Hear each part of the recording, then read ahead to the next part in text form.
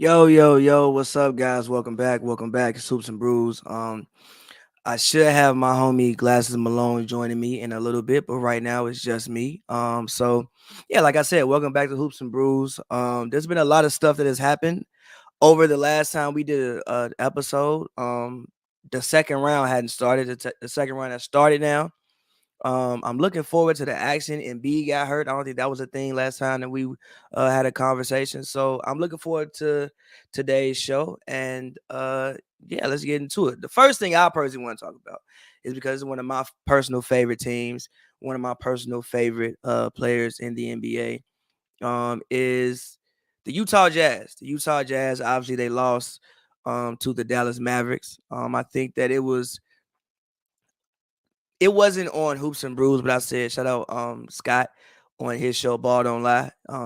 I said that even if Luka Doncic doesn't play a single game in this series, I wouldn't be shocked if the Dallas Mavericks came up and beat the Utah Jazz. My main reason was because I wasn't so sure that a backcourt of Mike Conley and Donovan Mitchell was going to just grossly outplay a backcourt of Spencer Dinwiddie and Jalen Brunson. And as you saw, Jalen Brunson had his coming out party. Jalen Brunson is going to get a lot of money this offseason. And Donovan Mitchell and Mike Conley should get residuals on that check because they are part of the reason why he is going to get a lot of money this offseason if he continues to trend the way he's been trending. But yeah, so obviously they lost in six. They had a chance to push it to seven at the end, but Donovan missed. I don't want to say it was a wide open three, but it's kind of wide open three. Quinn Snyder called a great play, just sprung him open, and he missed a wide open three. So if you look at the last couple of years for the Jazz, I think last year they lost semifinals last year. If I'm not mistaken, it was semifinals last year. Kawhi tears his ACL. They still lose. The year before, I think it was semifinals as well, if I'm not mistaken. So they pretty much have been like a team that gets pretty much stuck in the second round so far. And again, allegedly, I know Rudy came out and said it wasn't completely true, but allegedly Rudy said, "I want you to pick between me or Donovan." Which I can see why. There's also been rumors that Quinn Snyder is looking at, taking the Lakers head coaching job again. These are all rumors. I cannot confirm nor deny any of this, but I think where there's smoke, there's fire. And also, I mean, even just dating back to, even COVID, like the Jazz and Rudy Gobert were the first team to well, really what set the world off with COVID was Rudy getting a Rona. And, we've been in this tailspin ever since. So I do think that probably it's time to blow the Jazz up for one. Even just when you look at the way the Jazz play the game of basketball, right? I think that they were more offense heavy and just put everything on Rudy. Like, all right, whatever. We're gonna just get every shooter that we possibly can and just funnel everything to Rudy Gobert, which is cool. But in the playoffs, especially when really my personal issue with what I see when people say, "Oh, Rudy gets played off the court every playoff series." No, I don't necessarily think. I think it's a little bit deeper than just that. I think one, you have Mike Conley, who is one in his prime. He was a really, really solid defender when he played with the Grizzlies. Grit and grind Grizzlies. He was a very solid defender. Mike Conley is like 34 years old now. We are obviously past Mike Conley's prime of playing basketball. And even when he was in his prime, he was only an all defensive player one time. I think if I'm not mistaken, in 2012, if I'm not mistaken, when Marc Gasol also won defensive player of the year that year. And probably Tony Allen was also on that basketball team as well. No, he was, and he probably also made first team all defense, actually, if I'm not mistaken, as well.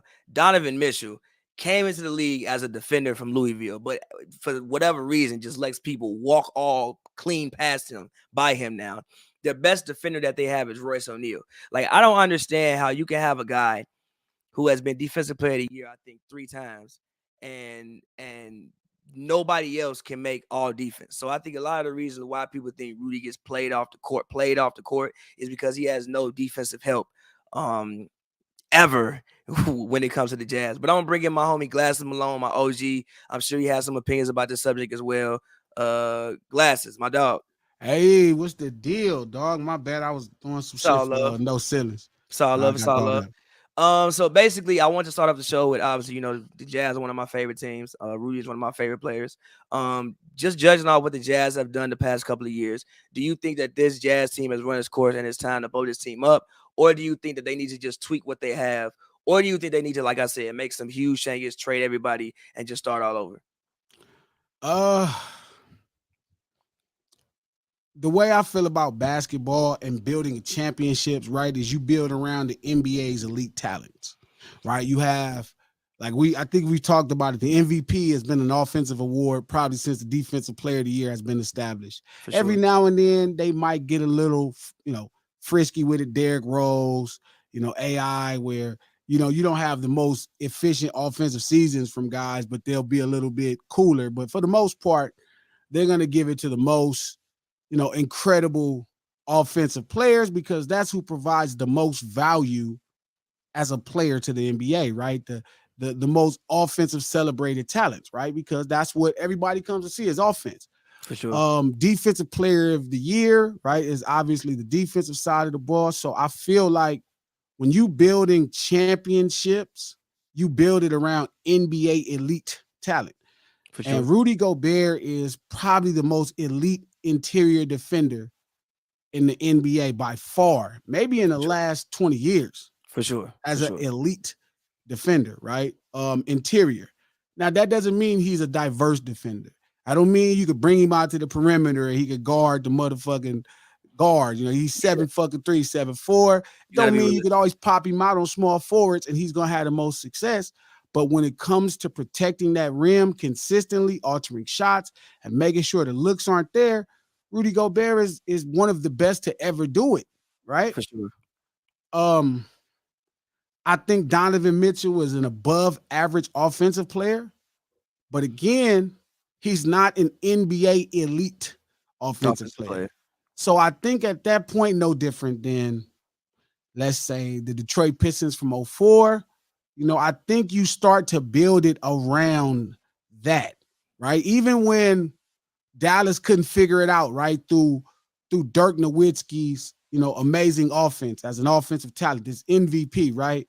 They finally get Tyson Chandler, who emerges as one of the better defensive players to ever play basketball, right? Then you find Jason Kidd. This is definitely an elder version of Jason Kidd, but Jason Kidd has always been a two-way threat, so he can help from the offensive side of the ball as a playmaker, and he's a monster as a guard on the defensive end, right? And then at that point, you can defend the perimeter to some degree at a high level, like Chris Paul and Jason Kidd at this point in their career. And then you could defend the interior with Rudy Gobert and Tyson Chandler. So I think they have to make a decision. And the decision I think they should make is you have to let Donovan go. I agree. You have to let Donovan go. Like, if you allow Rudy Gobert, you have an NBA elite talent. That is so rare. How many people in the league get an MVP or a defensive player of the year? Yeah. How many teams even have that? And he's 3 of them, 3 times. Yeah. So I think it depends. If you want to sell seats, I understand why you keep Donovan Mitchell. He's a pretty good star in the NBA, offense sells seats, you'll do good. If you want to compete for a championship, you have elite talent there. So I think it's their decision. Obviously, I'm a Laker, so I'm about championships. So I would keep Rudy. I'd be looking to trade Donovan for, like I told you before, Shai Gilgeous-Alexander, maybe to the Raptors and try to get what's the brother, the power forward? They got so many of them 6'7", 6'8" guys with 7'3", 4 wingspan. You can pick a couple. For sure. I'd be looking to around Rudy Gobert. I'd look to hide his weaknesses of not being diversity, which is not weakness to me. He's 7'4", so why the fuck would he be guarding a guard? So a guard. I'd be looking and also he can do it decently.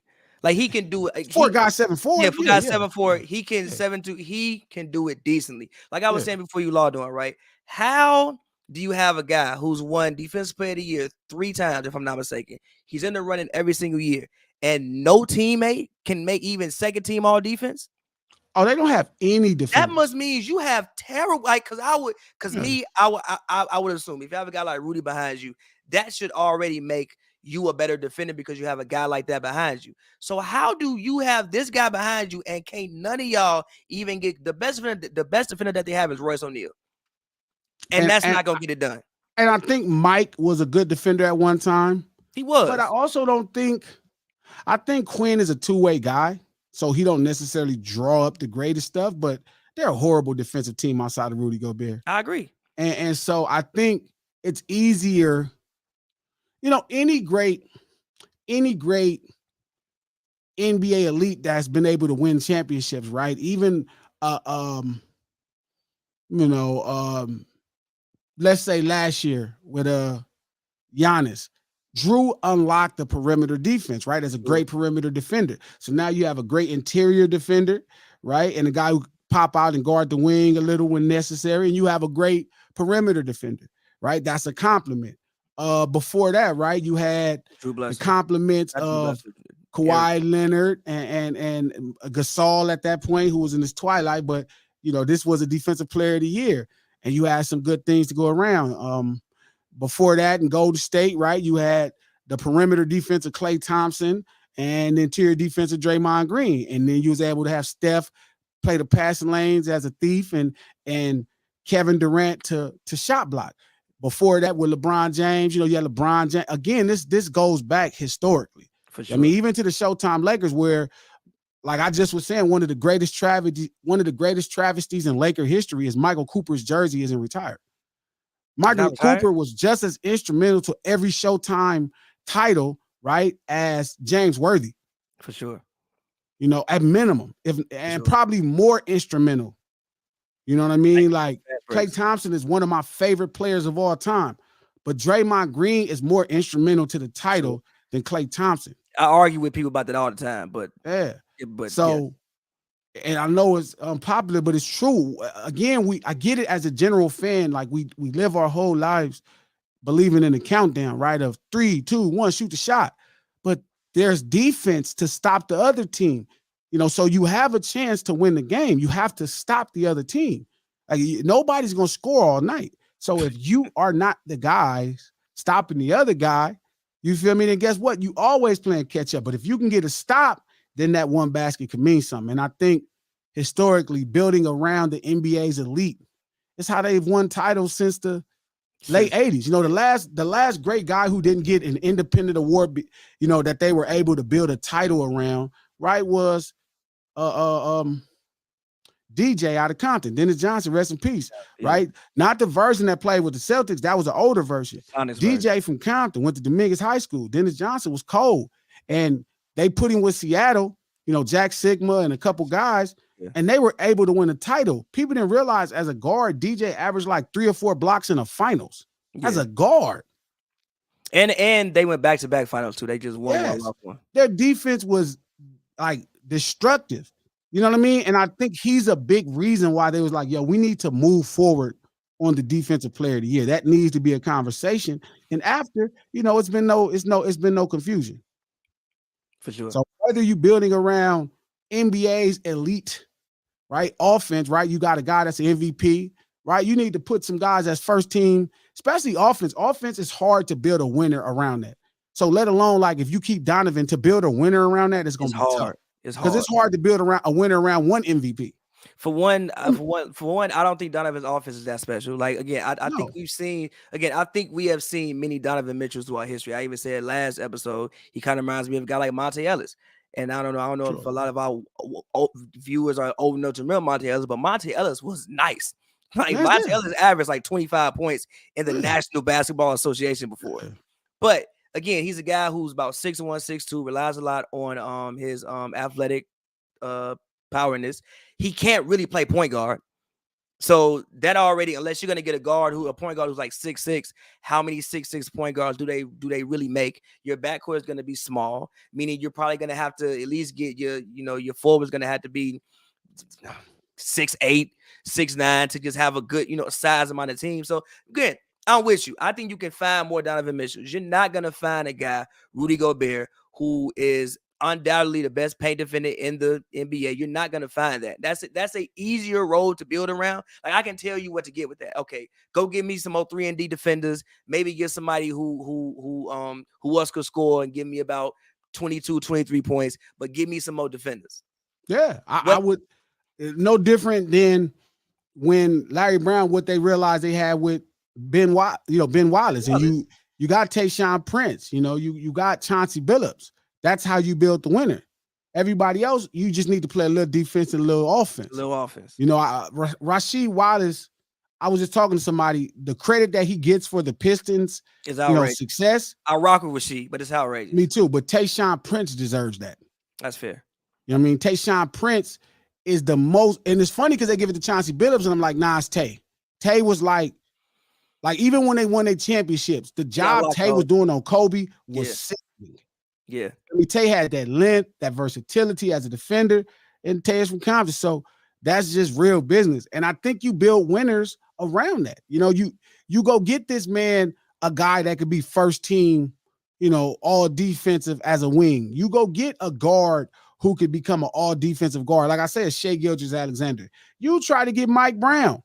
You get some defense to go with this defense, and you get some buckets, man. You can steal a championship in Utah for the first time. You know what I'm saying? They was running out Donovan Mitchell and Jordan Clarkson and Jalen Brunson. I like Jalen Brunson. I think Jalen Brunson is a very good basketball player. But the way they made Jalen Brunson look, Jalen Brunson could pull up that footage to get $100 million from somebody, and Donovan Mitchell and Jordan Clarkson should get fucking royalties off that $100 million for the way they made that man. They made Brunson look like Brunson out there looking like Isaiah Thomas or something. Luka came in and there was no drop off. Yeah. That was like no drop off. That should not happen. I like Jalen Brunson. That shouldn't happen. And then everybody blaming Rudy. I'm like, bro, I'm 7'3". If I got to help to the corner, you getting beat all the time. Like, bro, you have to take some pride in guarding your man.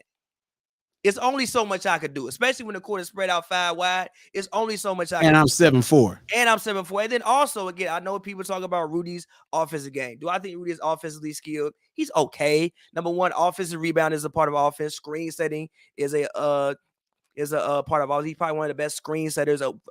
A very willing screen setter. He will set screens all game, roll, and don't get the ball. Yeah, he's a very willing screen. And don't complain. And don't complain ever. So. Again, and also, I don't think that they even do a good job of manufacturing offense for him. Like, I even remember, I think when he took one shot, I think he took in one game. He took one shot in one of those games.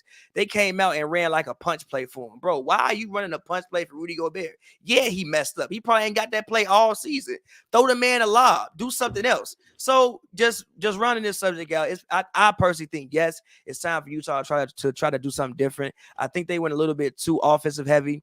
And I think it backfired on them because, again, you can't just allow you in the gotta have elite talent, man. Yeah. And when you have elite, but that's the whole problem. The problem is building around Donovan or building around Rudy. It's like, obviously, you need a player better than Donovan Mitchell on offense. For sure. So at that point, if you're not going to get a better than Donovan Mitchell on offense, you know what I mean? Then what are we doing? Like, you can't get guys worse than Donovan Mitchell is on offense. Because again, with Donovan's height, the way he plays, his size, he will always run into, at the highest levels, when you get deeper in the playoffs, somebody who can stop him. Yeah. Always. It's only so many Steph Currys, and it gets tough for even for the greatest player under 6'6", he gets tough. For Steph sometimes. Tough, yeah. Tough Steph. But again, this is the best guy ever under this size, and Donovan Mitchell would be so far down the list of guys under 6'6". Would he probably be like in a 40 through 50, 50 through 60? That high? Yeah, because the best guy under 6'3" is 6'6" is Steph Curry. Yeah, then you go D-Wade somewhere in there. D-Wade is right there. Isaiah Thomas is somewhere in there. Boy from the Celtics that nobody talk about. Cousy is somewhere there. Yeah. The other boy for the Celtics that nobody talk about. They small forward was about 6'4", 6'5". Sam Jones? No, Hondo. Yeah. Hondo. Russ is somewhere in there. I think Russ is somewhere in there. Russ is there. Russ is somewhere Zeke is there.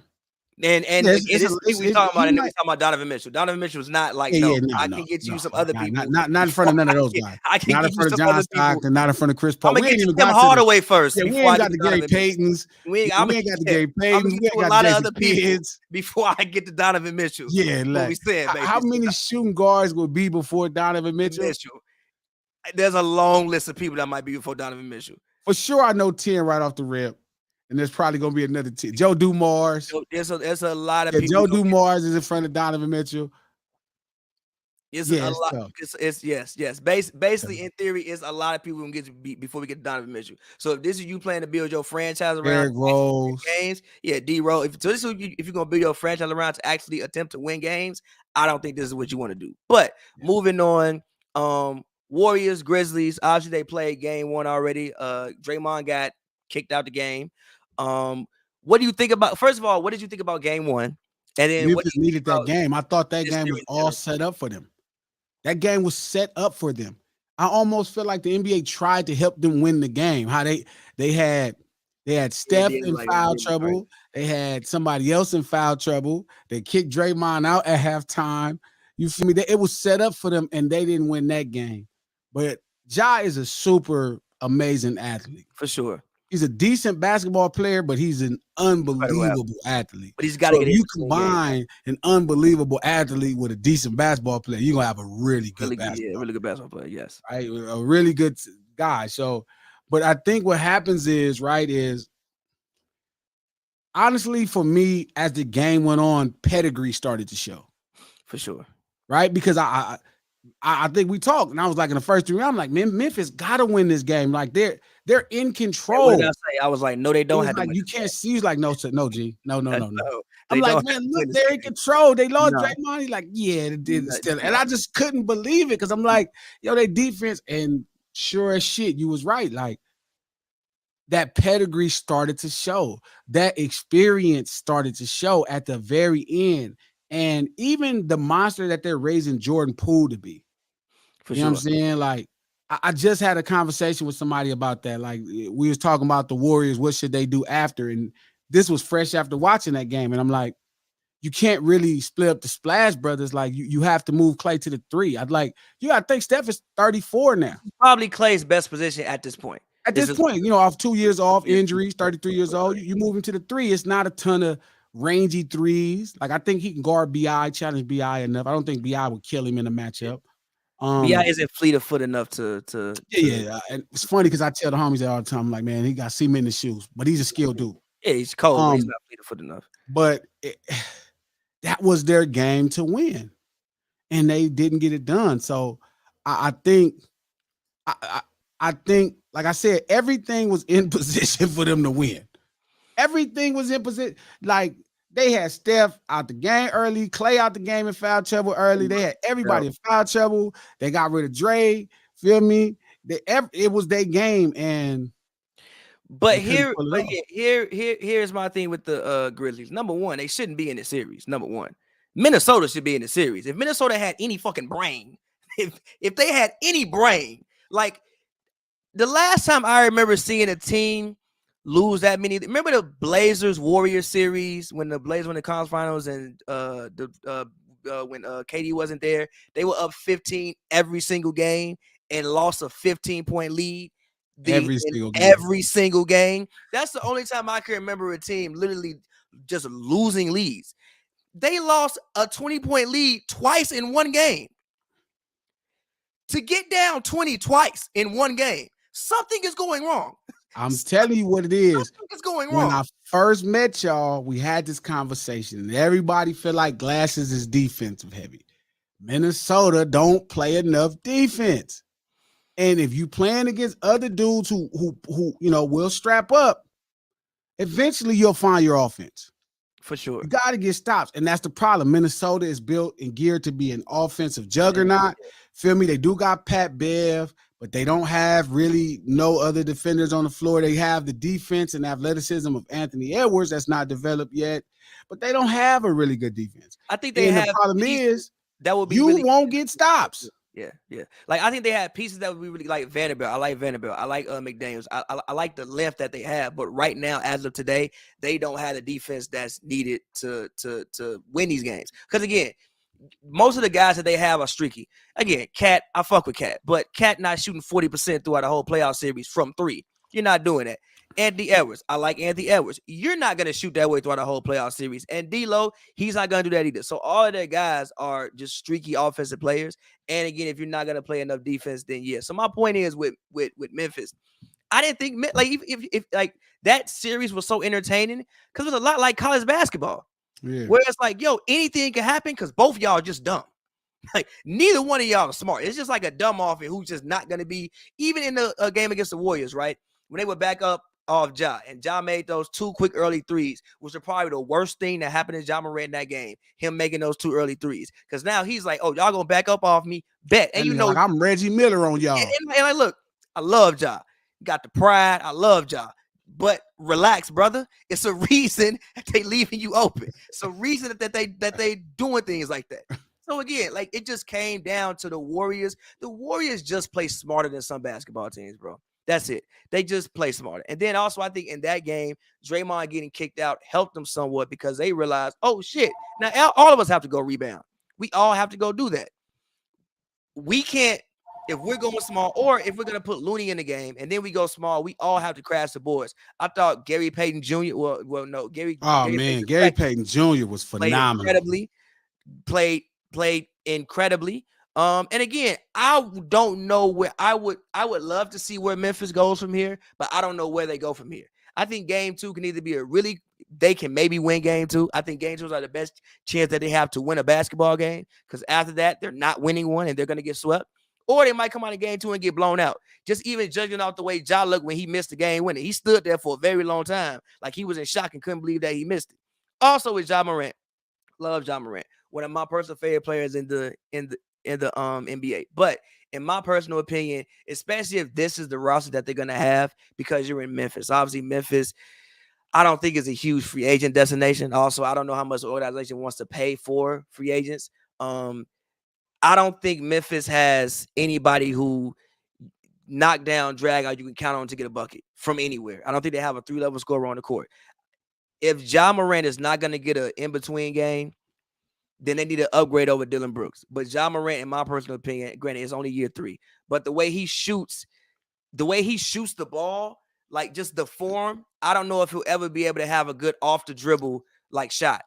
Just kind of like a push shot, the way he shoots the ball. I don't know if he'll be able to have a good one, which hinders him, especially in late game situations. Like I know people talking about like when everybody stopped giving up the lane. Yeah, like talking about the defense Steph played. Bro, the whole world knew he was going to the rim. Yeah, that's what the whole world knew he was going to the rim. But isn't that dope? Like Steph, who started off as like people felt the liability on defense, like not anymore. He's got sturdy enough to where it's like I'm smart enough to play defense, and he gets to stop. For sure. That was pretty sweet. I was happy for that dude, man. That was dope for him to get that stop. Even Clay, like Clay, he's like, bro, I've done this too many times. You're not gonna get this. You're not gonna know. You're not gonna get this look on me. First of all, it's 4 seconds left. You're starting from the backcourt, meaning I know you want a running start to the rim. I'm just gonna W. You're not gonna throw a lob because it's fucking 1 second left. Who does that? Also, Ja's somebody who wants the glory. Number one. On the play when when they collapsed the defense, the whole court was wide open. Ja was like, "No, me." So again, I just think this series. The Grizzlies play hard. I think they have a bright future ahead of them. But this series right now, good coach. They coach, man. But right now, it just comes down to IQ.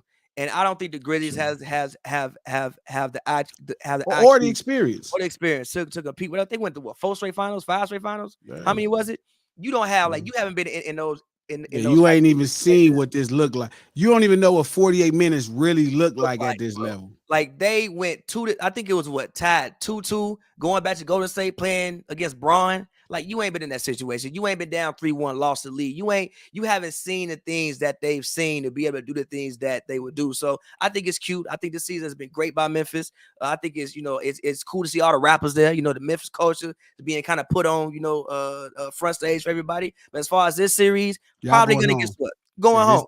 This all you getting, Bag. It's all you getting, Bag, is this second round, Bag. Y'all going home, brother. Going home. My So, Bag, y'all going home. Yo, y'all going home, baby. y'all going home. Y'all all going to Cancun together after this series. Go make an album. Yeah, man. It's all good. Put John there. Facts. But moving on. Series that hasn't started yet. The first game will be tonight. I'm actually very interested to see the series. Suns Mavericks. So I want to ask you your opinions. First of all, who do you think is going to win? How many games? And what do you think are some things that we should look for while watching this series? You know, it's funny. I like the Mavs before the playoffs started, probably with 12 games left. I thought they could be the sleeper team. But what I realized was if they end up running into the Suns or the Warriors and they're healthy too, they have great wing. Both teams have great wing defenders. Yeah. Both teams. The Suns have great wing defenders, and they're a great defensive unit together. The Warriors same way. So it's like I like their chance. I like the Mavs' chances a lot better against the Warriors than the Suns because the Suns got those really rangy guys in the center. You know what I mean? You can go Jay Crowder. You can go to the runner-up defensive player of the year.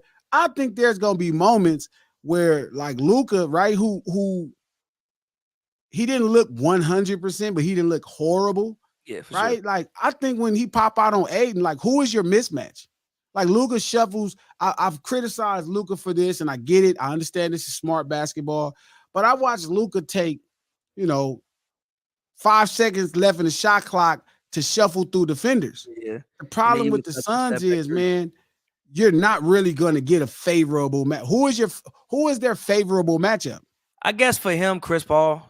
And I don't even like that. Chris Paul is one of the smartest defenders in the history of the NBA. Even as an older man, the nigga is, he's a brilliant man. You feel me?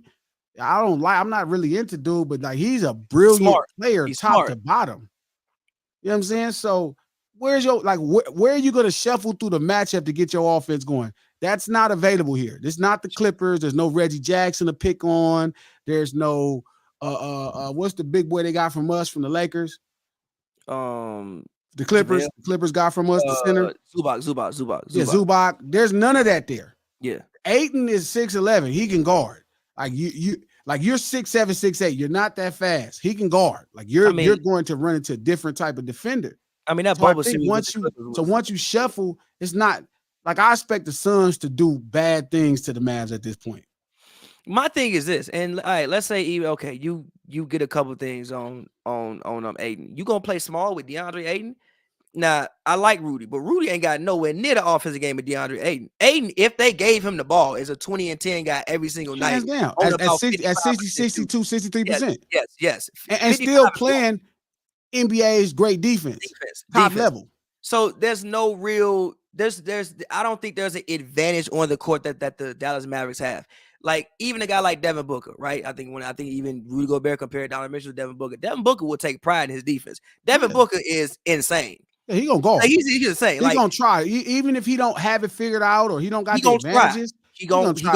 But that's my point. Like Book is not Book is a mismatch for you, but not enough. Like he's a rangy guy. He's a 6'5", 6'6" guy, 6'10", 6'11" wingspan. And they have a great. They have a great team. And somebody did make a point. Booker's not 100%. It doesn't matter. Like, they can guard every level, man. They can guard. That's the problem. The Mavs have a really good defensive scheme going as a team. I think Jason Kidd did great things with their defense. But the problem is once you stop Luka Doncic, you feel me? Or, Brent, like all of that shit that's happened, their offense will be null and void. That's the problem. Dallas offense is going to struggle so badly because it's built around a certain type of game. And you're playing against really great defenders inside and out with Phoenix. Also guys like Jalen Brunson, Spencer Dinwiddie, Luka himself, they going to have to guard, which is going to take energy away from them. Like, I don't think maybe outside of Crowder, it's the only person who's going to stand in the corner and just wait for the three. Like, again, they would get away with putting Luka on Rudy. And first of all, the Jazz don't pass Rudy the ball anyway. You can't put Luka on DeAndre. First of all, he'll probably end up getting 6 fouls. Number one, you put him on DeAndre. Number one, he'll probably foul out the game. Number two, he's going to have to guard Ayton. Now, I know the Suns go through periods of times in which, they don't give Ayton the ball either. But it ain't the same way that the Jazz just ignore Rudy. Jalen Brunson, you're going to have to guard Chris Paul. Yeah. You're going to have to guard Devin Booker. Ain't no freebies over here. even if Devin Booker ain't 100%, if he's 65%, you're gonna have to guard him. Because Devin Booker at 65% is still trying to score 25 points a night. You're gonna have to guard that man. So even some of the rest that you were able to get on, Utah, because they got guys who just swing the ball around the perimeter and like to just shoot threes off of, dribble penetration. That's not the same with you got to guard campaign. If campaign come in the game, and they will slash and destroy you. So I think the Mavs have a good team scheme. I think they defend well together, but I just think the Suns are a better defensive team. I think they guard better individually. I just think there's no way the Mavs offense could really be much. Like 5 or 6, if not a sweep. Like if it was a sweep, I wouldn't be surprised because I just don't really see how the Mavs win. I would say Suns at 5. I will put respect on Luka and give him a game. Yeah, I think he has one of his hardest playoff series ever.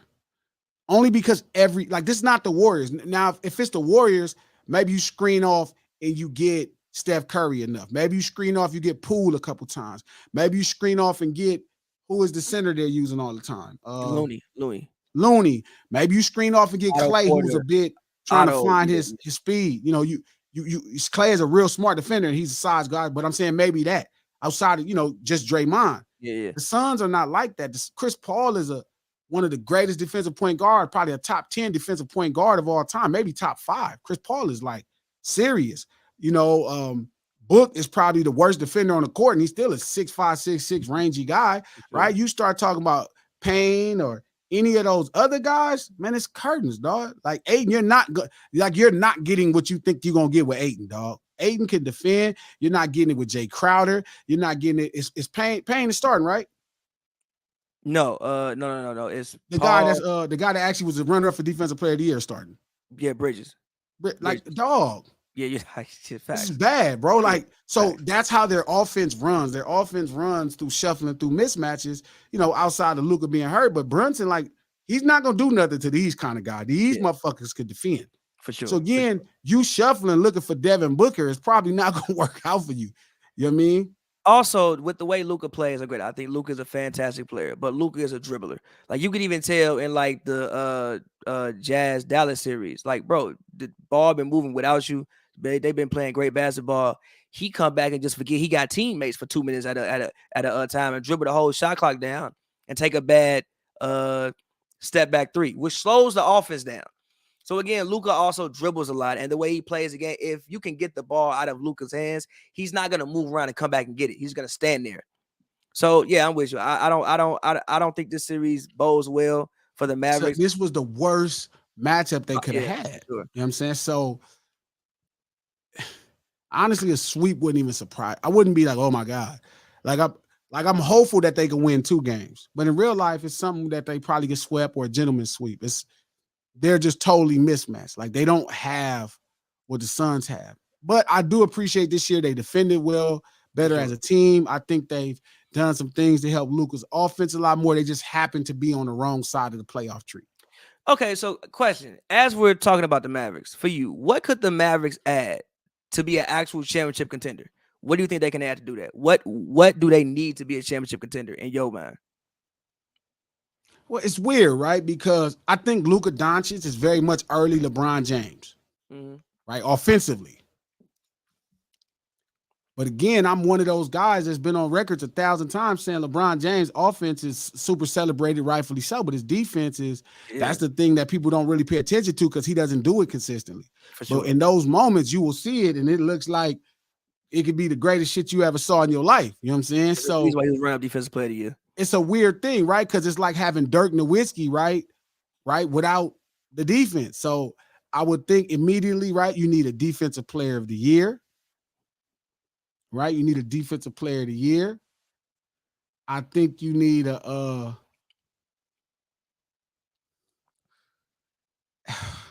it's tough. I think you need to change your guard. I think you need a super stout defensive guard that still could play and score, like he needs to be what Jason Kidd is defensively, but still be a little bit better at scoring the ball probably than Jason Kidd was. Who is that then? Yeah, I don't know if that person exists. Maybe it's Chris Paul.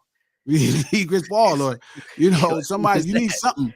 You Yeah, feel me? for You sure. need a lot. You need a lot with that particular team, to make it work. Fair.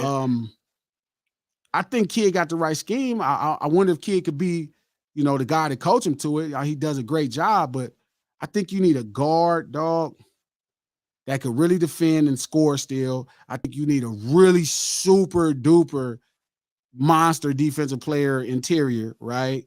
And couple, decent 3-and-D guys that could play at the highest level. It's just you need a lot. I Like agree. Dirk needed Dirk some needed a shit. lot. It Dirk wasn't needed like Jason Kidd was a first ballot Hall of Fame before you ever played with him. Yeah, facts. Tyson Chandler was literally a year away from Defensive Player of the Year. Sean Marion was Sean Marion was a super wing. I think he needs guys like that to have a winner. And I just, maybe Dallas, but then, they don't do a good job with like Rudy Gobert types because you got to move. You have to move. Well, I think Luka could make Rudy work. Sure, yeah, because he's a center. Yeah, for sure. I think not Luka a power forward, but if you think about it, it's Luka plays from this weird place, and it's like where I've always been really critical of LeBron, right? Where you're spreading out your power forwards, right? You're spreading out your power forwards. You're moving your shooting guard into a wing position, right? A real small forward position. Your shooting guard, your power forwards in the corner, your center's there. The problem is, right, the limited possessions. Yeah, for sure. Right? You immediately challenge possessions. Everybody on the defensive end could close out and rebound better. So I think that's a thing that's underrated with that style of game. Excuse me, not underrated, but not talked about. Where you got your front court player crashing the cup. Also, and everybody spread it. Those players just hard to find.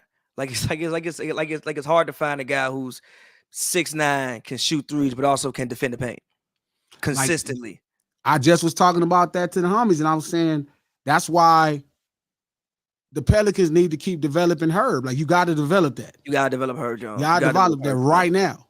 Actually, before we, I'm gonna keep this graphic up, and I'm gonna cut out this section because I actually was gonna put this on the rundown. If Zion comes back to this team next year, and let's just assume he's healthy, he's good, and he looks like the 2020-21 Zion, and he's on the court.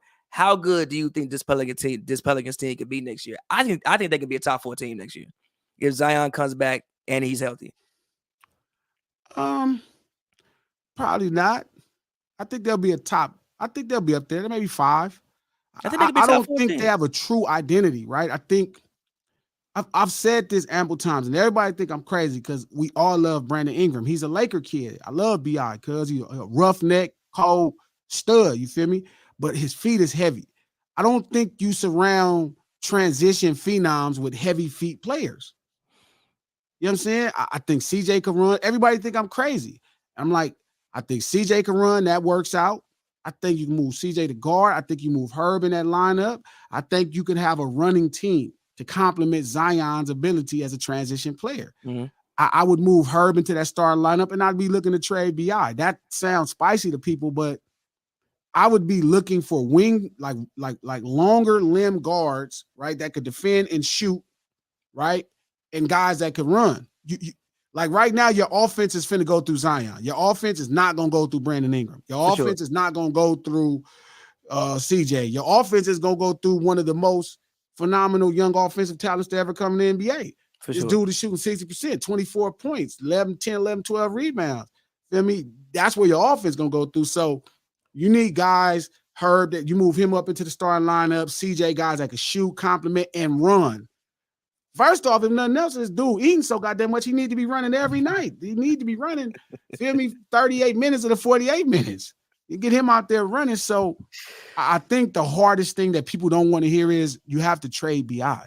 I think BI is the setback for him. I think with BI there and Zion, there's always conflicting ideas. It's always conflicting ideas. And like the Showtime Lakers, right? When you had Magic, who was this super transition phenom, right? You surrounded it with James Worthy, Byron Scott, Michael Cooper, Kurt Rambis, AC Green, guys that was going to run the floor and, showcase the stuff. And then Cap was dope because Cap shot 55%. That half court guy, even if he didn't run, he shot 55%. Yeah. You know what I mean? He going to give you 20 buckets. BI still is a skilled guy who got to work into his look. He got to dribble the ball to get going, get his rhythm. That's not, you don't really want that. Like you really would be looking for guys who high efficient, in the paint Mm-hmm. Fair, to make fair. that work. So I don't think I could see them being a 1 through 4 team. I mean, I could be wrong, I think they could be but I one through think their 14. offense would never truly, get where it should be because I think that I think it'll be tough for them to be a 1 through 4 team. I think it's always going to be tough because they don't run. They don't run enough for their offense. I think it has the potential to be clunky, but I trust Willie Green as a coach, and also I like the pieces. My thing is, can you get Zion to play defense? Yeah, hell yeah. Can you Yeah. get him to play defense? Because the last coach did not.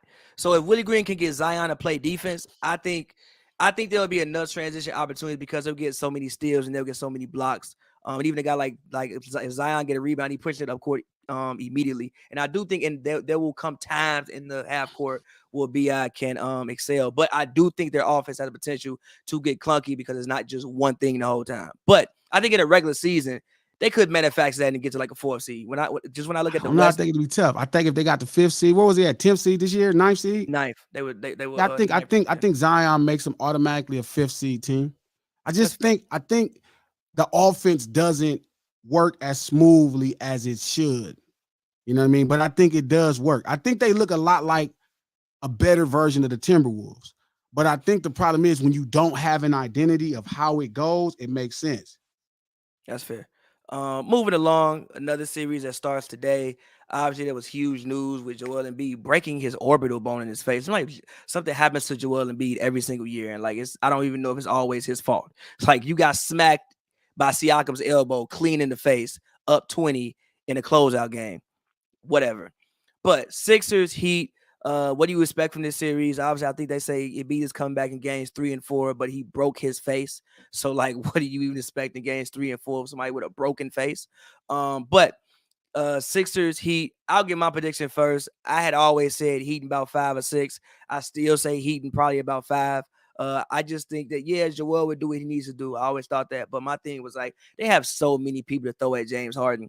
And again, the Raptors, I don't think they had anybody who they could really count on day in and day night, game in and game out to get a bucket. I think the Heat have at least a couple guys they could somewhat lean on to get a bucket. And again, with the Sixers, I think one of the main things that they do is they don't use Tobias Harris enough. They don't get the best out of him. And for a guy who you're paying $35 million to, you have to get the best out of him. Because again, if you spread $35 million around, that's 3 to 4 quality guys that you would have in your rotation.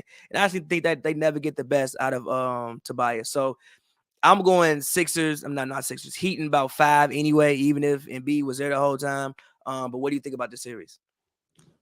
With Embiid, I think I would have to think harder. I don't think it would be the game that we think it is. I think it'll be really good offense against really good defense. I mean, like great. I think Philly's offense is a little bit better than everybody gives it credit for. I definitely agree with you. James Harden plays the same way. Shoot the 3 ball, go to the cup. Don't stop at the mid-range. So you got to put the bias in the corner, which you literally kill possessions and part of his offensive game. But I do think without Embiid, or if they said Embiid's come back in game 3 or 4, right? I think Maxey, man, is the guy that for some reason he keeps manufacturing big games. And I'm going to get on a limb right now because I just don't know if Embiid is actually going to come back. That's a lot of chatter, but I think the Philly is going to win 2 games.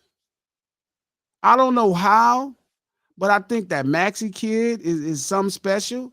I think James will figure out small things, and I do think they have to use Tobias Harris a lot more with Embiid. And I think, those are 2 guys who figure out how to get it done, and they could defend a little bit. They're not quite where they need to be, I would say, but they can defend a little bit. It's people don't really give Philly defense enough credit, but I'm sure Doc will figure out a way to screw it up. Shout out to Doc, cuz I love him with all my heart. I love him as a player, but as a coach, I just am not impressed. You know what I mean? And he'll figure out a way to screw it up. But I think they make some of these games really fucking interesting.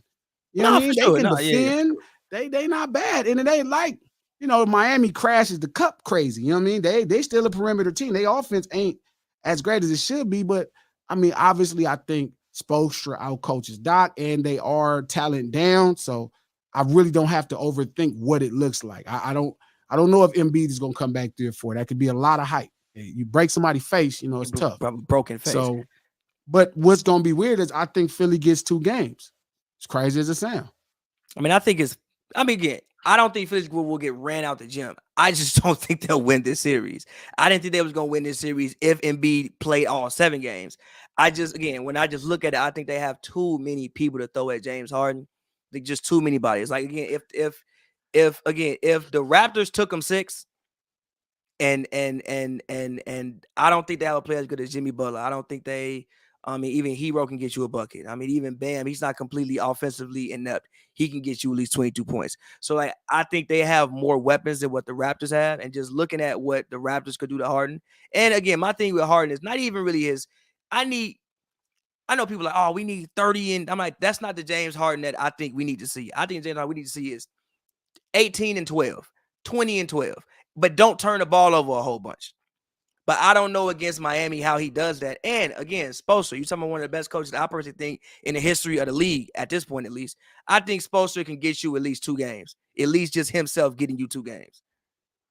Yeah, I mean, listen, if all the guys was there, it'd be tough. Because I would still say Heat in 6. I'd be worried only because Philly can really defend. And Miami's offense is not spectacular. Yeah, for sure. No, for I sure. mean, so I think I would have to really think about the geometry. Like, I definitely think they misuse Embiid. I think Embiid is misused in that offense. And I think how would you use Embiid in the offense? He'd be a lot closer to the hoop consistently. That's fair. He'd be a lot closer. He'd be playing a lot more dream type games. I mean, I wouldn't post. I definitely have him in a couple more post-ups, but I have him a lot more face-ups around 17, 16 feet. Like, he should only have to make 2 moves and get a look. Him having to dribble, cross, heady, same thing we talked about in the Nets series, where it was like, I always felt like with KD, that was going to always be tough because, you got to remember the guys that we watch come in the league, KD, Steph, Clay, these guys are 33, 34 years old. Some of them coming off injuries. KD came off a Achilles tear and some kind of meniscus injury. Like, these are the things that start to slow you down as a player with age, right? You just slow down. So again, it's one thing you playing a 7-footer, 23 feet, and you ask him to make a move in the regular season. It's another thing when it's the playoffs, you said make a move, and now Al Horford, stand in front of you. And I think with Embiid, they don't do a good job of putting him in his best positions on the floor to be efficient as he can be with his size. He's a really skilled guy, really creative guy. But I would only have him creating 16, 17 feet 80% of the time. Like, it's 2 moves and a move, man. It's way too much 6 moves and a shot. We need 2 moves and a shot. Dribble, step back. Yeah, no, that's out. What are we doing? Need 2 moves and a shot. And I think Dream was the king of that. He'll rock you to sleep or face up, 2 moves and a look. It's way too much. Karl Anthony Towns, headies, crosses, is too much. And I think you're undervaluing the taller players, and you don't have the type of defense to do that, to make your big guys inefficient. You need much more efficient offense out of your big guys. It's also how you get hurt, though. I mean, you see him always falling. The limbs is different, man. It's only so many LeBron James. It's only so many, Kevin Durant. There's only so many Giannis's where athletically they can afford, their body is evolving into the next generation. Most of us, like AD, like, we talk shit about AD getting hurt. I'm like, nigga, AD is playing from the perimeter. Look at them limbs when he make them moves. For sure. They don't even look like his limbs supposed to do like that. Grasshopper. Like, it's not supposed to do that. Yeah, it's supposed to do that. Yeah, for sure. Yeah, so I'm really, but I do think Philly wins 2 games. I think Maxey is really important. I think they can still guard. I think they can still guard. And I think Miami don't have a great offense. No. I don't know. I do not think Miami has a great offense. No. Even their best offensive players, Jimmy Butler, that's not, that's like, really. I don't think they have a great offense, but I do think they have enough people that they could lean on for 1 to 2 minutes to carry them through those stretches when things go south. But I do not think that they have a great offense, though. Yeah. Fair. But moving on, last topic I want to go through today. Obviously, we saw game 1. Bucks won. I know a lot of people, Middleton probably won't be back for this entire series. But Celtics versus Bucks, I know we've talked about it just personally, but for the people, what do you think about the series? What did you see in game one? Did anything shock you at all? And how do you think this series turns out? I always thought the Bucks was going to beat the Celtics without Chris Middleton. Without Chris Middleton, they're the same team to a degree. It's just better at certain places, right? Everybody told me I was crazy. Oh man, you crazy. Celtics. I'm like, bro, the Celtics offense, they don't have an efficient offense. Even a player that we celebrate, that everybody celebrates. And I think Jason Tatum's a good player, but I definitely think he's an overrated offensive player. 1000% agree. I think defense, he's coming into his own, as a player, so he's fine. But bro, it's like you shoot 45% in your greatest series, right? In the series against the Nets, where everybody's like, oh, he outplayed Kevin Durant. I'm like, no, he didn't. Really. He just played against a horrible defense, and Kevin Durant played against a really great defense. The best offensive game he had, I thought, was game 4. I'm like, even the game he had 39 points, I'm like, bro, it wasn't really that. Like, it wasn't. Yeah. It wasn't sensational. He wasn't killing and cooking. Yeah, it was like, okay. He does a good job for a guy 6'8", 6'9". Like, he's pretty cool. At times, it's T-Mac vibe. But people say Kobe, and I'm like, it's a lot more T-Mac than Kobe. Sure. Yeah, but he's so offensively. But that's actually who he looks like a lot of times. But that's fair. A less athletic T-Mac. Definitely less athletic. But T-Mac didn't always play through his athleticism anyway. But okay, so fair. The point is, it's like you have Giannis to guard Tatum when it's time. You have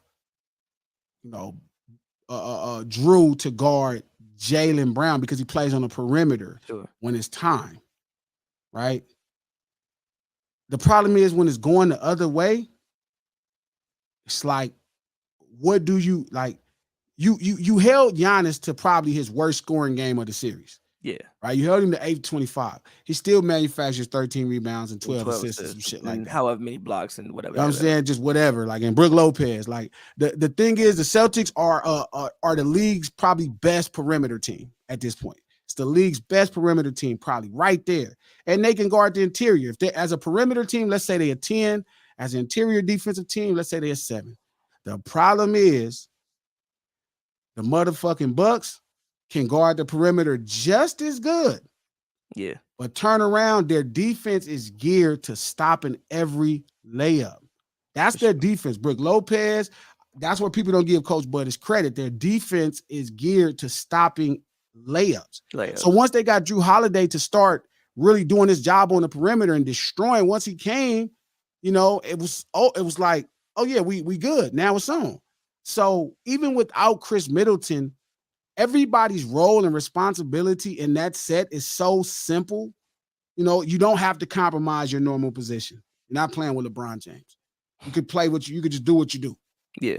Feel me? Drew is the only person that we need to literally be a combo guard.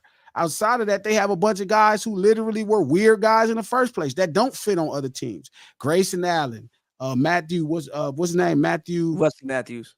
Wesley Matthews. What's the other white boy that gets busy? Cotton?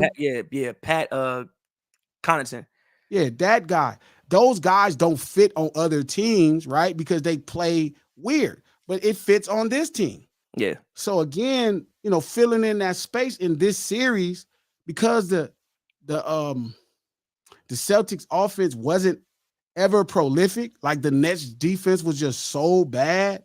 They got layups. Like, you're not getting that against this team. So it's going to take you to shoot a lot of threes. You're going to have these really impressive perimeter games with guys who could really guard the perimeter. Yeah. And they're going to keep going at the cup.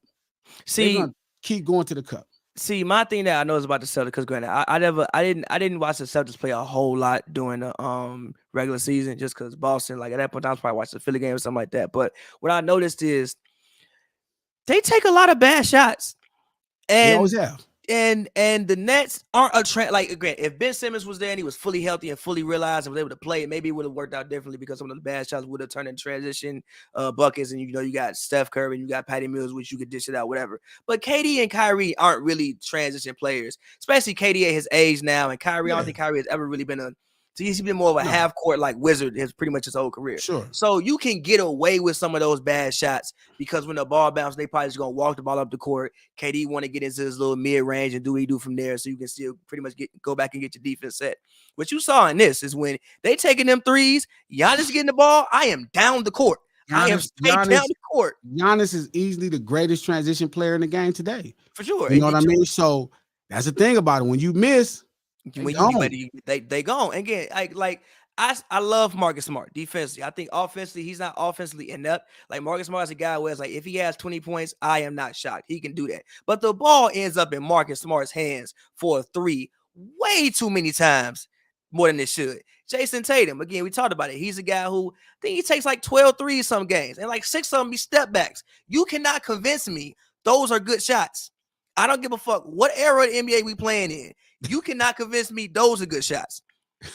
All them shots wouldn't be good for Steph Curry, and that's Steph Curry. So you definitely can't convince me that they're good for you. And when you missing those shots, and you got Giannis in transition, that look a whole lot different than you miss those shots against the Nets. And that's, to me, is the main thing. I don't think Boston plays smart enough offensively, and even some of the physical advantages that they had. Like KD, yes, he's 7 feet, but he's a slender guy, slender build.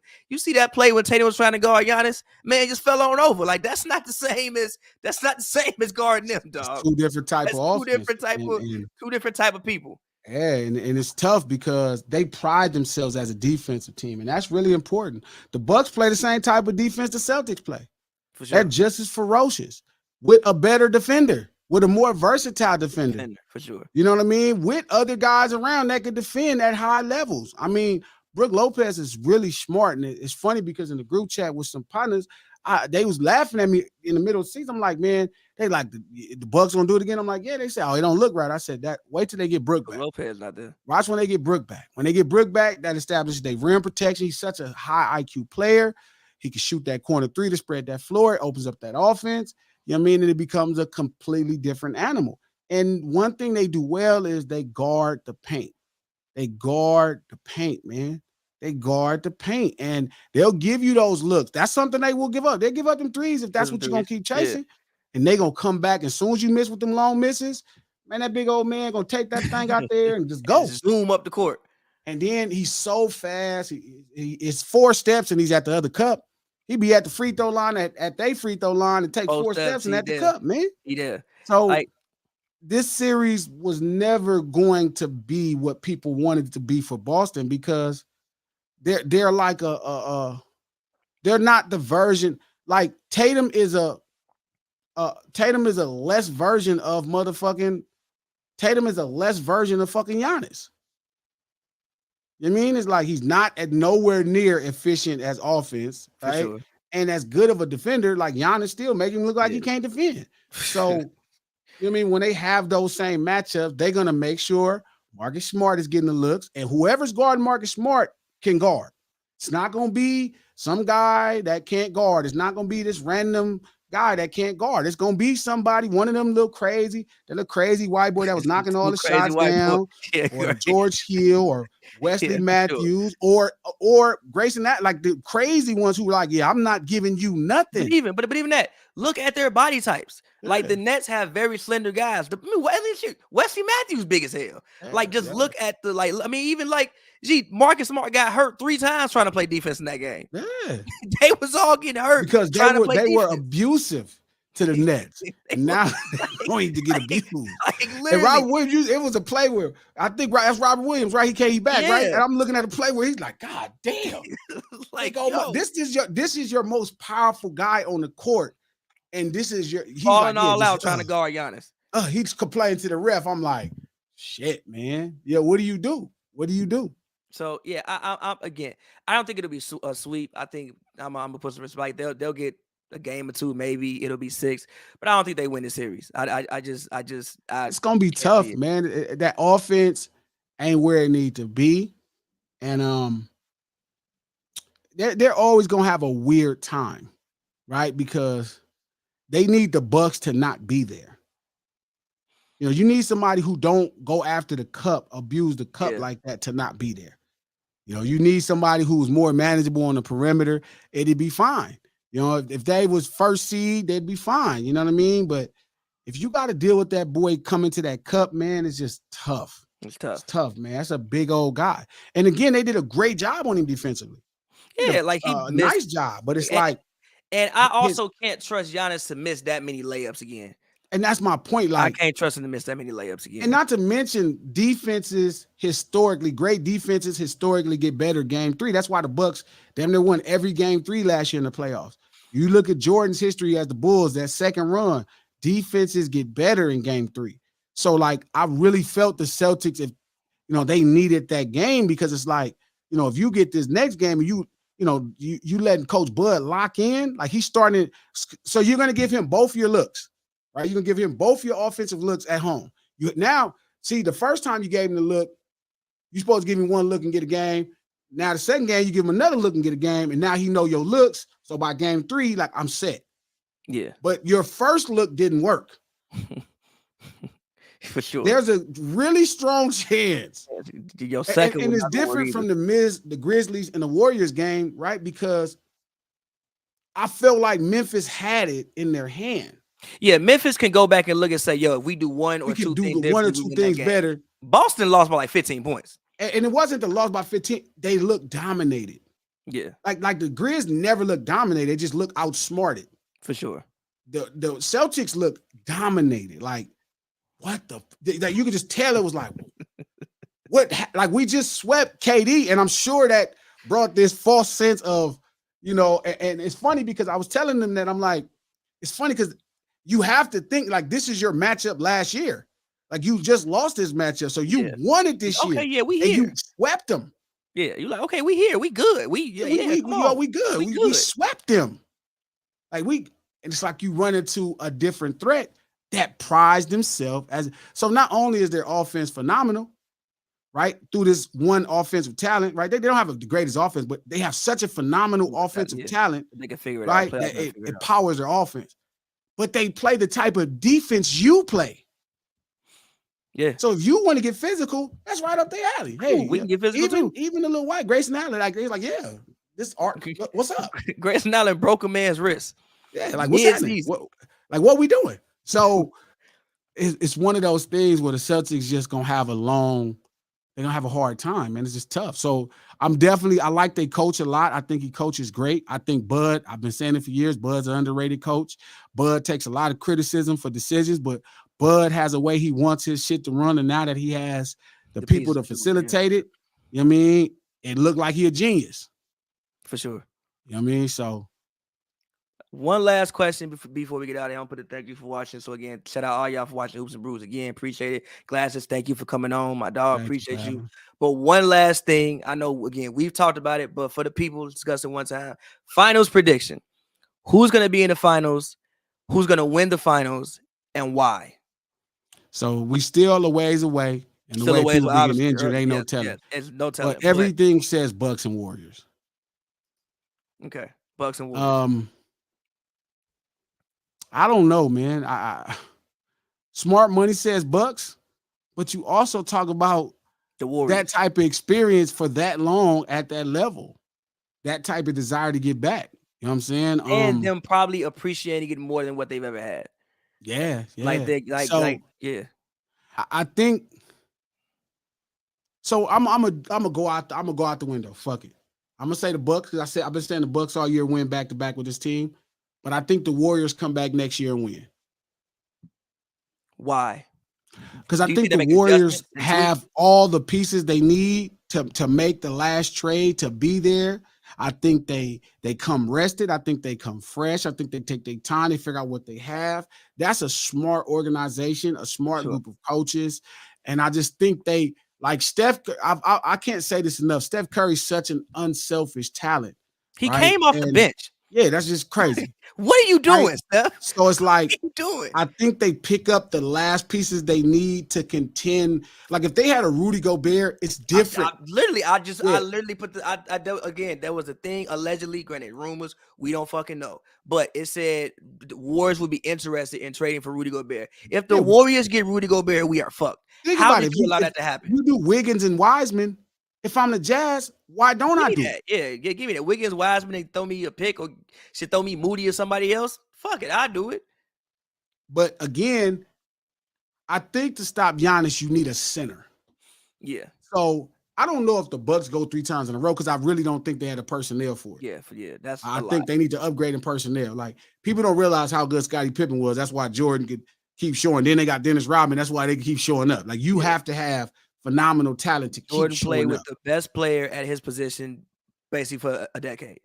Yeah, The yeah. only argument is Grant Hill, but yeah. So again, you have to have phenomenal talent to keep showing up. That's why LeBron kept switching talents. He's like, I need phenomenal talent to keep showing up. For sure. Right. So you need phenomenal talent to keep showing up. And I think the Warriors had that phenomenal talent. I just think again, at the end of the day, the Bucks, man, it's like effort, right? Effort is what drives really great talents to become legends or the greatest. Like effort. That's the only separation is effort, right? Once you get to that, once you get in there, you become a all-time great talent. And then mental makeup is how you become the greatest, right? You have to figure out mentally how you could do it. With Giannis, as far as a player, like effort, the fuel for his effort is opportunity. And his brothers over here, right? We use attitude to fuel our effort. Chip on our shoulders, right? The desire to show the world, show the white folks, show the world, whatever. And Michael Jordan, his attitude fuels effort. Even Magic Johnson, who seemed like the nicest player in the world, was a really filthy nigga when it came down to this shit. Like he was fueled to like, yeah, I'm finna do this to y'all with a smile. And I think we're watching, like I said, something we talked about where all these overseas players, right, are starting to make their mark in the NBA because of their fuel is opportunity. So we'll look at a Ben Simmons, we're hypercritical of him, we're hypercritical of him, this, that, and the third, and blah, blah, blah. But it's like they don't have attitude. That's not what they're playing with. Yeah. What's fueling their effort, right, is opportunity. And then you'll start to see attitude. But to make my point with Steph, you're looking at somebody who has a genuine love of the game. You know what I mean? It's just insanely weird, that he doesn't have this type of ego. And I just think, players like that mental makeup puts you further than you were supposed to go. Because if you really think about it, Steph probably shouldn't be done. But because of his mind state and understanding the value of stuff and not worried about his position and focusing, look where he's at, man. He has a chance to be right back in the finals again for what would be the sixth or seventh time? Yeah, 6 times. They won 3, they lost 2, 6 times. 6 times in the finals. I mean, I could see him being able to go 7 times. Them making the adjustment to figure it out. A player like Rudy Gobert for Wiseman and Wiggins, moving Klay to the 3, and having that when you need it against centers to get the win. Balancing the minutes. Another thing, the Warriors do a great job of balancing minutes. For sure. That's one of the greatest things. They don't run the guys. Bud does that too though with Giannis though. I think Bud does a phenomenal job too. Bud does a phenomenal job with that as well. It's one of my worst criticisms of Steve Nash. Like one of the worst things is his minute management. Like you you played Kevin Durant 45 minutes.